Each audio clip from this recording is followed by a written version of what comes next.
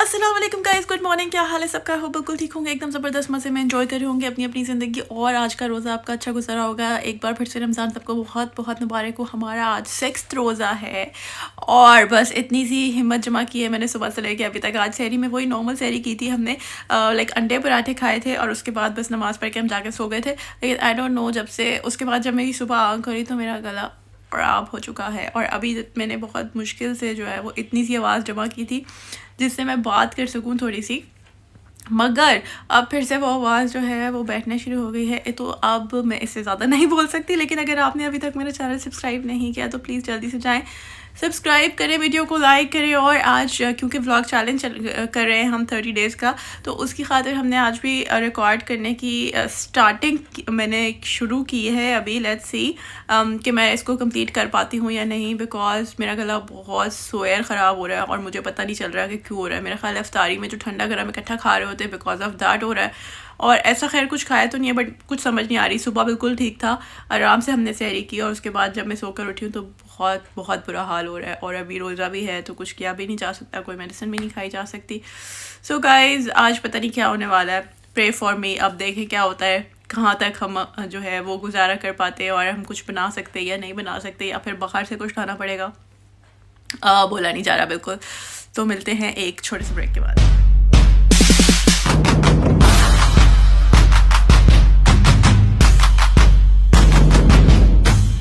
Guys आज तो बिल्कुल हिम्मत नहीं हो रही कुछ बनाने की। मुझे लगता है आज हम कुछ भी नहीं बना पाएंगे और काफ़ी दिन से बस मैं रेस्ट ही कर रही हूँ और बस मेरे गले में ज़्यादा से ज़्यादा दर्द होता जा रहा है। मैं क्या करूँ, मुझे कुछ समझ नहीं आ रहा।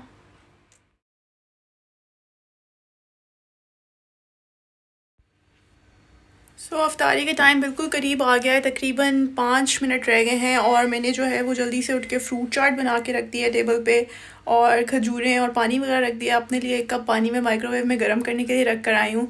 और फ्रूट चाट भी मैंने बस इसलिए बनाई थी कि ये ना हो कि इफ्तारी के टाइम तक ज़्यादा पहुँच जाए तो फिर मसला हो जाएगा। तो बाकी तो हमारे पास काफ़ी कुछ है लेफ़्ट ओवर में, तो वही खा पी लेंगे जब भूख लगेगी, नहीं तो कुछ ऑर्डर कर लेंगे बाहर से।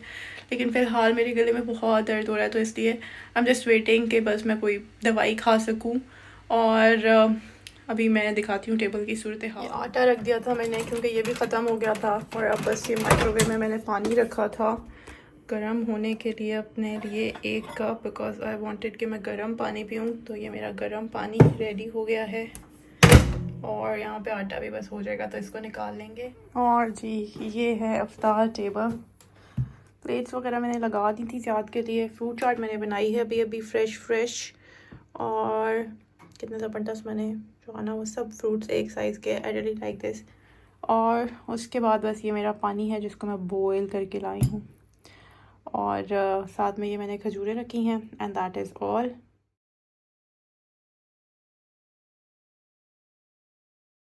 अस्सलाम वालेकुम guys, welcome to my channel, welcome to my blog. क्या हाल है आप सबका? हो बिल्कुल ठीक होंगे, एकदम ज़बरदस्त मज़े में एंजॉय कर रहे होंगे। रमज़ान का आज 7वां रोज़ा है हमारा और आई होप कि आप सबका रमज़ान बहुत अच्छे से गुजर रहा होगा।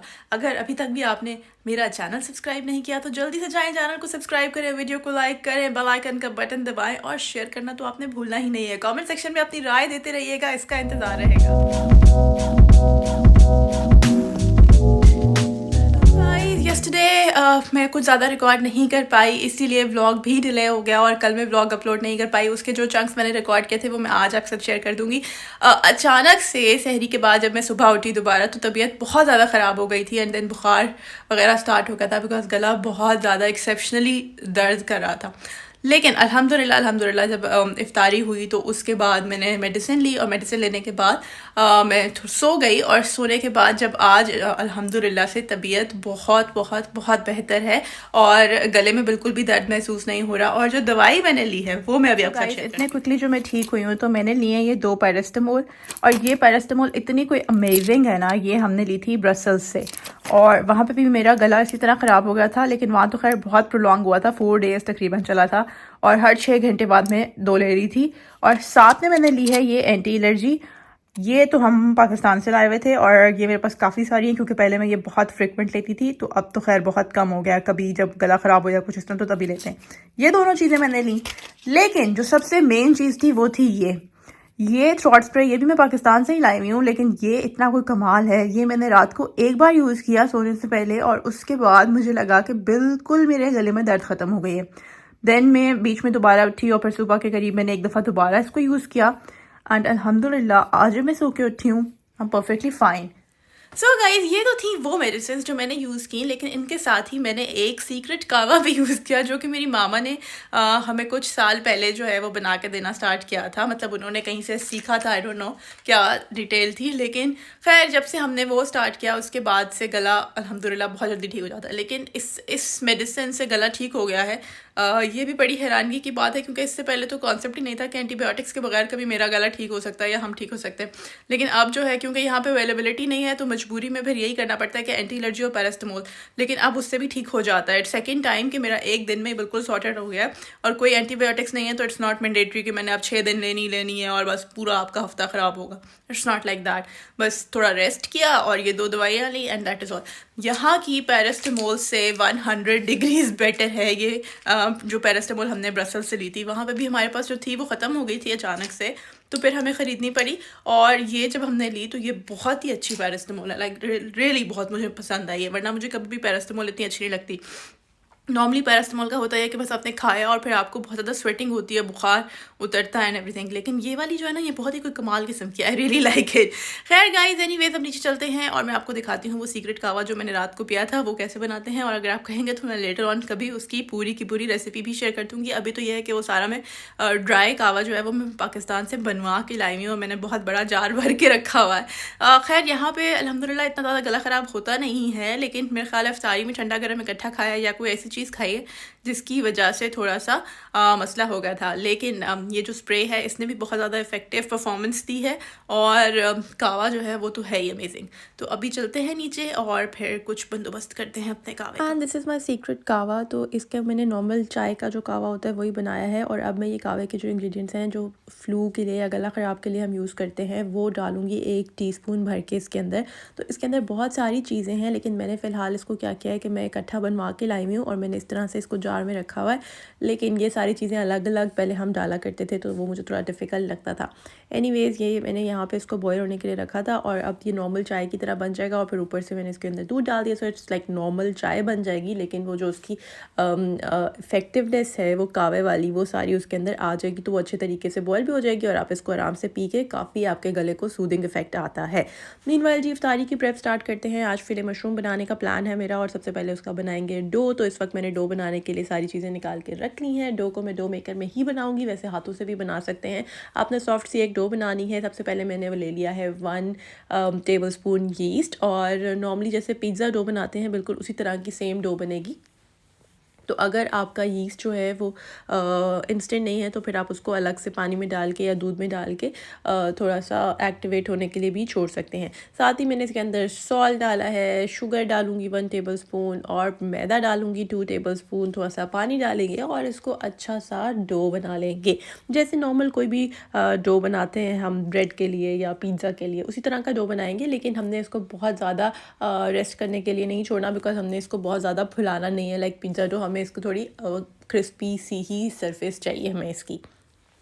एंड वन मोर थिंग, अगर आप ये सारा आइडिया स्किप करना चाहते हैं तो आप इसको आराम से उसमें भी बना सकते हैं। अगर टाइम सेविंग के लिए तो आप इसको आराम से टोर्टियाज़ में भी बना लें। वो ज़्यादा क्रिस्पी हो जाएगा कंपैरेटिवली, लेकिन ये है कि आपका जो सारा टाइम है जिसमें आपने डो बनाना है और उसको आपने छोड़ना है रेस्ट करने के लिए, वो सारा आराम से सेव हो सकता है। तो अगर आप ये करना चाहते हैं so that is an easy solution. So ये भी हो सकता है, प्रीटी पॉसिबल। की तैयारी तो चलती रहेगी, और अभी हमने डो वगैरह बना लिया है, वो तो आपने देख ही लिया है। और अब बहुत ही मज़े की यमी किस्म की रेसिपी बनने वाली है, और इस वक्त बाहर का मौसम कुछ इस तरह से हो रहा है। सो अब चलते हैं अपनी फिलिंग की तैयारी करते हैं। लेकिन उससे पहले मैंने सोचा कि चलो यार थोड़ा सा ज़रा बाहर का मंजर भी आपके साथ शेयर कर दूं, बिकॉज कल तो मेरी बहुत ही ख़राब हालत थी, but today I am feeling a lot better. और अभी मैंने अपना कावा शावा पी लिया है, तो अब चलते हैं वापस से किचन में और अपनी मशरूम फिले की बनाना शुरू करते हैं फिलिंग, क्योंकि आज हम एक डिफरेंट रेसिपी बना रहे हैं। तो गाइस, अब जो रेसिपी हम बना रहे हैं मशरूम फिले की, जिसका डो हम ऑलरेडी बना चुके हैं, उसके लिए बनानी है हमने रैंच सॉस। और रैंच सॉस बनाने के लिए मैंने लिया है yogurt, milk, cream, vinegar, mayonnaise, और ये सारे हर्ब्स हैं। अगर आपके पास सिर्फ एक हर्ब है which is known as dill, अगर आपके पास डिल है तो आपको इन सब की ज़रूरत नहीं है। लेकिन अगर आपके पास डिल नहीं है, मेरे पास फ़िलहाल डिल नहीं है, बाकी ये सब हैं, so I will be using them. लेकिन अगर आपके पास डिल है तो आपको इन सब की ज़रूरत नहीं है, आप जस्ट डिल ऐड करेंगे। लेकिन अब हम बनाने वाले हैं बहुत ही टेस्टी, बहुत ही यमी और बहुत ही अमेजिंग रैंच सॉस इन सब इंग्रेडिएंट्स के साथ, और होममेड रैंच सॉस। इमेजिन, उसके बाद आप अपना क्राउन क्रस्ट पिज्ज़ा भी घर पे बना सकते हैं। तो सबसे पहले हमने क्या करना है, अभी शुरू करते हैं। सबसे पहले मैंने ये बॉटल ले ली है ताकि इसके अंदर मिक्स करना मेरे लिए आसान होगा, और इसके अंदर मैं ऐड करूँगी 2 टेबलस्पून मिल्क। सब कुछ मैं 2 टेबलस्पून के हिसाब से डाल रही हूँ बिकॉज आई डोंट वांट कि बहुत ज़्यादा क्वांटिटी में बन जाए, फिर वो वेस्ट होगी। ये देखें 2 टेबलस्पून मैंने डाल दिया मिल्क। इसके अंदर मैं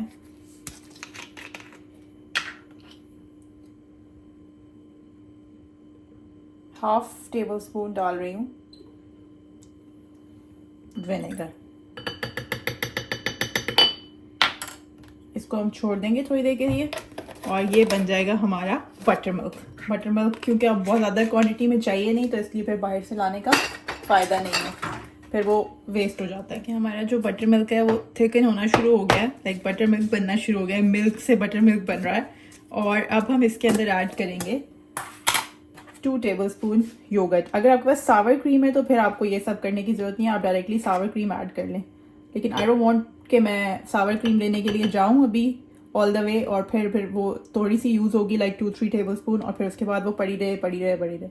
सो उसका बेस्ट ऑल्टरनेटिव है कि आप योगर्ट यूज़ कर लें। अब हम अपने इस मिक्सचर के अंदर ऐड करेंगे 2 टेबलस्पून क्रीम।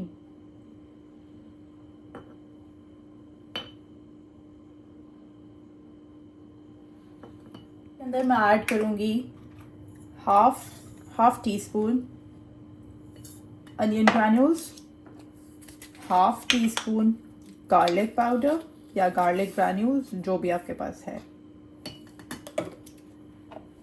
इसके अंदर मैं ऐड कर रही हूँ हाफ टी स्पून रोजमेरी, बल्कि हाफ टी स्पून भी नहीं, मैं इसके अंदर 1.4 कर रही हूँ बिकॉज रोजमेरी का बहुत ही शार्प फ्लेवर होता है, तो अगर आप उससे यूज टू नहीं है तो मत डालें।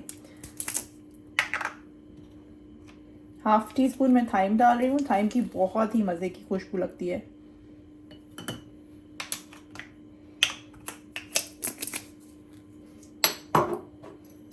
सॉल्ट ऐड करेंगे इसके अंदर हम 1/4 टी स्पून।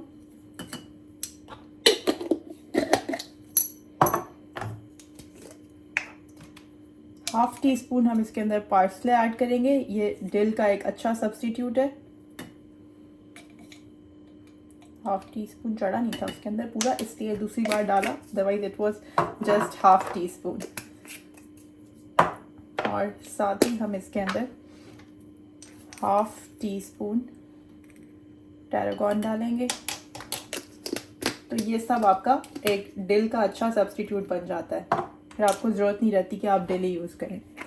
अब हम इसके अंदर डालेंगे 2 टेबलस्पून भर के मायनीज़ के। ये वाला बहुत अच्छा लगा बिकॉज इस जार में से निकालना बहुत आसान है, अदरवाइज़ जो बॉटल्स होती हैं ना प्लास्टिक की, उनमें से एंड में इतना ज़्यादा रह जाता है और वो निकलता नहीं है यार, बहुत मुश्किल होती है। अब हम इसके अंदर डालेंगे अपना last and final ingredient which is mayonnaise. अगर आपके पास पाउडर है तो आप पाउडर डाल लें, सॉरी फ्रेंच मस्टर्ड, अगर आपके पास पाउडर है तो आप पाउडर डाल लें। मेरे पास पाउडर नहीं है इसलिए मैं ये यूज़ कर रही हूँ। तो तकरीबन 1 टीस्पून हम डालेंगे। इन सारी चीज़ों को अच्छे तरीके से मिक्स करेंगे। फ्रेशली होममेड रैंच सॉस हमारी रेडी हो गई है, और इस तरह से बना के आप यूज़ कर सकते हैं। इसको सैलड की ड्रेसिंग के लिए भी यूज़ कर सकते हैं, बहुत ही मज़े का इसका टेस्ट होता है। चलें जी, नेक्स्ट प्रोसेस स्टार्ट करते हैं। थोड़ा सा बटर लिया है पैन में, साथ ही ऑयल डालेंगे। बटर के साथ ऑयल हमेशा डालना चाहिए, अदरवाइज़ आपका बटर जो है वो जलना शुरू हो जाता है। तो जैसे ही ये दोनों चीज़ें हीट अप होंगी, साथ ही हमने ऐड किए कुछ थोड़े से अनियंस, और हम बनाएंगे कैरमलाइज्ड अनियन, बिकॉज मशरूम फिले का एक बहुत ही मज़े का इंग्रेडिएंट होता है कैरमलाइज्ड अनियन। तो अनियन से जैसे ही थोड़ा सा सॉफ्ट होना शुरू किया, इसके अंदर मैंने ऐड की सोया सॉस, और इसके अंदर मैंने ऐड किया 2 टीस्पून भर के ब्राउन शुगर का। मैं कोकोनट शुगर ऐड कर रही हूँ। ऑर्गेनिक आप कोई भी किस्म की ब्राउन शुगर ऐड कर सकते हैं। जब ये थोड़े से और ज़्यादा सॉफ्ट हो गए और उन्होंने अपना कलर चेंज करना शुरू कर दिया तो मैंने इसके अंदर 1 टीस्पून भर के हनी का ऐड किया। इसको थोड़ा सा मिक्स करेंगे हनी ऐड करने के बाद और ये हो जाएंगे ऑलरेडी सेट तैयार। उनको हमने किया साइड पे, एक पैन लिया, उसके अंदर बिल्कुल बारीक चॉप्ड थोड़े से अनियंस डाले 1/4 कप के बराबर। जैसे ही वो थोड़े से सॉफ्ट हुए तो हमने उसके अंदर ये सारे मशरूम्स डाल दिए और मशरूम्स की जो थिकनेस है वो थोड़ी सी ज़्यादा रखी है बिकॉज इनके अंदर बहुत ज़्यादा पानी होता है और ये पकने के बाद बहुत ज़्यादा श्रिंक हो जाते हैं। तो जैसे कि अभी लग रहा है कि सारा पैन भरा हुआ है, ये एकदम से श्रिंक होकर बिल्कुल कम हो जाएंगे। So it's not such a big deal. तो इसलिए हमने डाले हैं ये सारे मशरूम्स इस पैन के अंदर, क्योंकि अभी इन्होंने एकदम से श्रिंक हो जाना है तो फिर आपको पैन छोटा नहीं लगेगा। ये देखिए जी, मशरूम्स जो हैं वो थोड़े थोड़े श्रिंक होना ऑलरेडी स्टार्ट हो गए हैं। तो हम इसके अंदर अपनी सीजनिंग्स ऐड करना शुरू करेंगे। सबसे पहले 1 टीस्पून सोया सॉस की ऐड करूँगी। सोया सॉस और मशरूम्स का मुझे बहुत ही मज़े का फ्लेवर लगता है। ऑल्दो मैं बाकी चीज़ों में इतनी ज़्यादा सोया सॉस नहीं यूज़ करती, सो इट इज़ फ़ाइन। और इसके साथ ही हम ऐड करेंगे इसके अंदर तकरीबन ½ टीस्पून के बराबर सॉल्ट।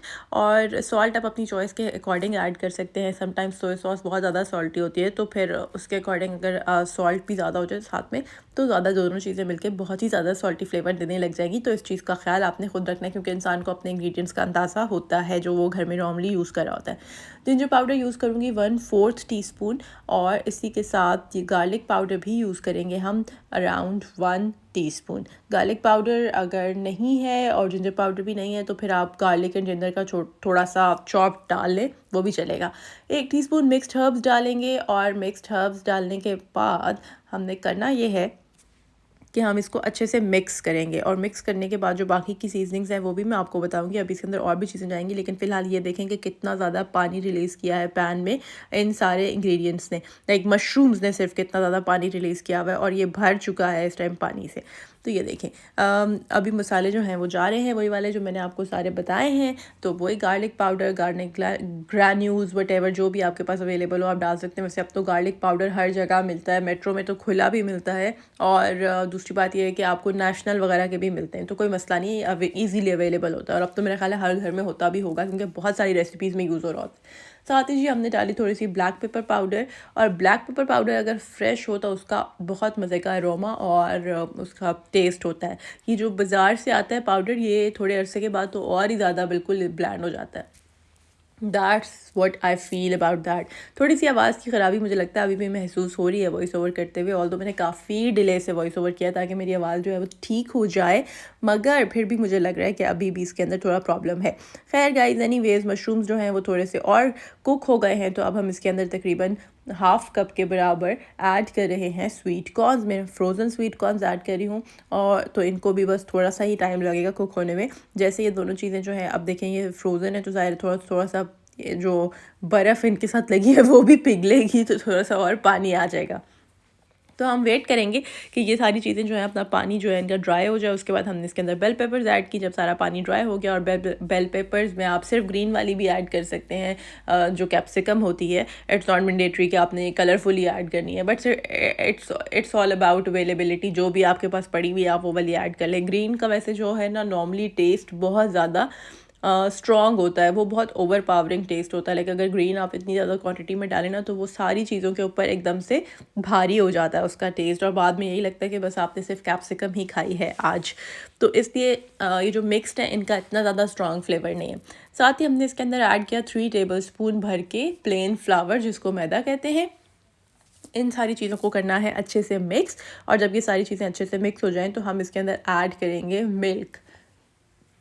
कोई भी मिल्क ऐड कर सकते हैं, जैसे कि फुल फैट मिल्क ऐड कर सकते हैं या जो भी मिल्क आप घर में यूज़ करते हैं। आपने 1/4 कप मिल्क इसके अंदर ऐड करना है ताकि ये जो सारी हमने मशरूम फिले की फिलिंग बनाई है ना ये अच्छे से यकजान हो जाए। यानी कि मतलब जब आप इसको डालेंगे ना अपने डो के अंदर तो ये ऐसा ना हो कि अलग अलग हर चीज़ जा रही है। जब ये आपने मिल्क और मैदा ऐड किया तो ये एक फिलिंग की तरह की बन जाएगी चीज़, तो ये सब इकट्ठे यकजान हो जाएंगे। एंड में हमने इसके अंदर थोड़े से स्प्रिंग अनियंस ऐड किए और हमने इसको मिक्स किया and this is already all done. फिर जी हम चलेंगे अपनी डो की तरफ और हमने लेना है बिल्कुल ऐसे छोटा सा डो बॉल, बिल्कुल छोटा सा डो बॉल लेंगे और उसको जो है वो हमने बिल्कुल सर्कल में फ्लैट कर लेना है। ये आप देख सकते हैं इस तरह से हमने बिल्कुल राउंड उसको हमने फ्लैट किया है। जब आप इस तरह से बिल्कुल राउंड उसको फ्लैट करेंगे तो फिर आपको फोल्ड करने में आसानी होगी, उसको फिले की शक्ल देने में आसानी होगी। फिर इस तरह से मैंने अवन ट्रे में, अवन डिश में पेपर लगा लिया है ऑलरेडी और इसी के अंदर मैं फिलिंग डालूंगी बिकॉज फिलिंग अभी गर्म है और गर्म फिलिंग को जब आप डो के ऊपर शेल्फ पे डालते हैं तो फिर उसको उठा के डिश में रखना बहुत डिफ़िकल्ट होता है। As I have told you earlier कि इसको हमने फुलाना नहीं है, इसको हमने थोड़ा क्रिस्पी टच देना है, इसलिए मैंने बिल्कुल बारीक इसको फ्लैट किया है और साथ ही इसके अंदर हमने थोड़े से कट्स भी लगा लिए हैं ताकि इसकी अंदर बबल्स ना आए और एयर रिलीज़ हो जाए। तो बबल्स को अवॉइड करने के लिए दिस इज़ बेस्ट बिकॉज ज़ाहिर है हमने उस पर यीस्ट डाला हुआ है उसको सॉफ्ट रखने के लिए। अब हम इसके ऊपर लगाएंगे अपनी रैंच सॉस जो कि हमने फ्रेशली बनाई थी घर में और इस फ्रेशली बनाई हुई रैंच सॉस का बहुत ही अमेजिंग टेस्ट है, ज़रूर इसको ट्राई कीजिएगा। और अगर आपके पास सारी हर्ब्स नहीं हैं सो इट्स नॉट मैंडेटरी कि आप सारी हर्ब्स डालें, आप एक दो हर्ब्स के साथ भी काम चला सकते हैं क्योंकि आजकल बहुत सारे लोग घर में पास्ता और ऐसी चीज़ें तो बनाते हैं तो इसलिए थाइम वगैरह तो नॉर्मली सबके पास अब होता ही है और ईजीली स्टोर्स में अवेलेबल भी होता है, जो भी सुपर मार्केट्स होती है वहाँ पर ये सारी चीज़ें आराम से मिल जाती हैं। So it's not such a big deal now. उसके बाद जी हमने डालनी है इसके अंदर ये फिलिंग जो हमने बनाई है और ये देखें ये फिलिंग की तरह की हो गई है ना, ये सारी चीज़ें एक दूसरे के साथ मिलजुल गई हैं मैदा और दूध डालने की वजह से और इसकी वजह से एक अच्छा डिफरेंट फ्लेवर भी आता है फिलिंग में। तो ये बड़ा एक मैंडेटरी सॉर्ट ऑफ इंग्रेडिएंट है। लेकिन अगर आप इसको बिल्कुल वीगन तरह से बना रहे हैं जैसे डो में मैंने अंडा नहीं मिलाया तो फिर आप इसको अवॉइड कर सकते हैं और साथ में वीगन चीज़ ऐड कर लें या फिर चीज़ ना ऐड करें अगर आपके पास वीगन अवेलेबल नहीं है। अदरवाइज़ रमज़ान में हो ये रहा है कि हर बंदा जो है वो सिर्फ आलू और चिकन के साथ कोई ना कोई रेसिपी बना रहा होता है। So I wanted to make something different than aloo and chicken because रोज़ हम वही खाते हैं कि आज चिकन की ये चीज़ बना ली, कल आलू की ये चीज़ बना ली। सो मतलब पूरा रमज़ान ऐसा लगता है कि हम सिर्फ चिकन और आलू ही खाएंगे, that is pretty boring now. So मैंने सोचा कि चलो थोड़ा सा डिफरेंट रेसिपी ट्राई करते हैं। तो जी इसके अंदर अब हम ऐड करेंगे चीज़। मैं चेडर चीज़ डाल रही हूँ, आप अपनी चॉइस की कोई भी चीज़ डाल सकते हैं। इवन अगर आप चाहें तो आप चीज़ स्लाइसेस भी रख सकते हैं अगर आपको उनका फ्लेवर या उनका टेस्ट ज़्यादा अच्छा लगता है। वैसे मुझे भी पर्सनली लगता है कि चीज़ स्लाइसेस का टेस्ट ज़्यादा अच्छा होता है, लेकिन वही बात है कि जितना प्रोसेस्ड खाना आप अवॉइड कर सकते हैं उतना करना चाहिए। एनीवेज गाइस इग्नोर माई आवाज़। और अब जो है इसके ऊपर हम डालेंगे कैरमलाइज्ड अनियन जो कि हमारे फाइनल इंग्रेडिएंट है और ये यहाँ पे ऐसे शक्ल में तो डार्क लग रहे हैं लेकिन जो इनका फ्लेवर होता है वो बहुत ही यमी होता है। सारे ठंडे हो गए तो ठंडे होने के बाद थोड़े से चिपक गए एक दूसरे के साथ, लेकिन इनका बहुत ही यमी फ्लेवर आता है। सो ये इंग्रेडिएंट जो है ना मेरा नहीं ख्याल किसी को भी स्किप करना चाहिए बिकॉज जो बेसिकली मज़े का मोस्ट इंग्रेडिएंट है जिसका टेस्ट सबसे अमेजिंग आएगा वो यही है। थोड़ी सी और रैंच सॉस लगाएंगे ताकि ये हमें ड्राई ना लगे। वैसे हम ये साथ भी सर्व कर सकते हैं तो अगर कोई एक्स्ट्रा लेना चाहे तो वो भी ले सकता है। इस तरह से हमने इसको रेडी करना है। देखें बहुत ही सिंपल प्रोसेस है। और फिर हम इसको जो साइड हमने एम्प्टी छोड़ी है उसको उठाएंगे और दूसरी साइड को हम कवर कर देंगे और हमने फिर इसको ओवन में बेक करना है। तो अभी आपके सामने सारा प्रोसेस हो रहा है। तो मेरा नहीं ख्याल कि इसमें कोई डिफ़िकल्ट बात है, लेकिन देखें अगर ये इतना थिन होगा तो फिर ये ईजीली बेक हो जाएगा और इसके ऊपर वो प्यारा सा नाइस सा एक जैसा कलर भी आ जाएगा और ये थोड़ा क्रिस्पी टच भी रहेगा। हम इसके ऊपर कुछ नहीं लगा रहे। वैसे अगर आप खूबसूरती के लिए, प्रेजेंटेशन के लिए चाहें तो लगा सकते हैं, लेकिन इसकी खूबसूरती इसके फ्लेवर और इसके टेस्ट में ही है। जब आप इसको खाएंगे तो आपको खुद ही सारी खूबसूरती और सारे फ्लेवर्स और सारा टेस्ट मिल जाएगा, तो आप खुद ही कहेंगे कि इसके ऊपर कुछ लगाने की ज़रूरत थी भी नहीं। इसमें हमने थोड़ा सा चेंज ये किया है कि इसमें हमने चीज़ जो है उसको नीचे लगा दिया है और इसी तरह से सारी फिलिंग इसके ऊपर डालेंगे और ऊपर डालने के बाद इसके ऊपर फिर से कैरमलाइज्ड अनियंस डालेंगे और फिर इसको भी उसी तरह से हम करेंगे रैप। तो ये हमने ये आराम से इस डो से तो काफ़ी सारे आपके बॉल्स बन जाएंगे, लेकिन मैंने जो है वो फिलिंग में तकरीबन ये 2 बनाए हैं और एक और भी बन सकता था मगर उसकी ज़रूरत नहीं थी। सो आई डिडंट मेक इट, लेकिन अभी हमारे पास फिलिंग है। सो अगर आप इस तरह से बनाएं तो आपके तकरीबन 3 बन जाएंगे इससे आराम से, इतनी फिलिंग से, इतनी क्वांटिटी ऑफ फिलिंग से। और ये काफ़ी ज़्यादा टेस्टी हैं तो मेरा ख्याल है कि खाए भी ज़्यादा ही जाएंगे। खैर एनीवेज, अब इस तरह से हमने इसको असेंबल कर लिया है सारा, और फाइनल इंग्रेडिएंट इसके ऊपर डालेंगे जो कि बहुत ही यमी और बहुत ही ज़बरदस्त है। तो अब हमारा फाइनल इंग्रेडिएंट जा रहा है, और अगेन फिर हम इसको करेंगे ऊपर से सील अच्छे तरीके से। दूसरी साइड को इसके ऊपर लाएंगे, इसको अच्छे से पैक करेंगे, और पैक करने के बाद इसको प्री हीटेड अवन में हमने रखना है। अब मेरा अवन जो है उसको मैंने टर्न ऑन कर दिया था, और वो जब रेडी हो जाता है तो उसकी जो लाइट है वो एक उसके ऊपर एक लाइट आ रही होती है, वो खुद ही जब वो रेडी हो जाता है सर्टेन टेम्परेचर के ऊपर बेकिंग के लिए, तो वो लाइट चली जाती है। तो इसका मतलब होता है कि वो रेडी हो गया। तो इसलिए मैंने प्री हीटिंग के लिए कोई टाइमर सेट नहीं किया था, लेकिन नॉर्मली आप 10 से 15 मिनट के लिए प्री हीट कर सकते हैं। और उसके बाद आपने इसको तकरीबन 15 to 17 मिनट्स बेक करना है, तो ये रेडी हो जाएगा। बाकी कलर आप देख सकते हैं, अगर 15 मिनट्स में आपको कलर सेटिस्फेक्शन नहीं हुई तो ज़ाहिर है आप बढ़ा सकते हैं। मैंने यहाँ पे 15 मिनट्स का ही टाइमर सेट किया है। 180 डिग्रीज़ पे मैंने इसको बेक किया है, और 180 डिग्रीज़ पे ही नॉर्मली ज़्यादातर बेकिंग होती है। बहुत रेयरली होता है कि हम 160 पे करें। खैर मैंने इसको 15 मिनट्स रखा, मगर इसका कलर एक जैसा नहीं हुआ तो मैंने इसको 2-3 मिनट्स और रखा, और फिर ये 17 to 18 मिनट्स में कम्प्लीटली रेडी हो गए।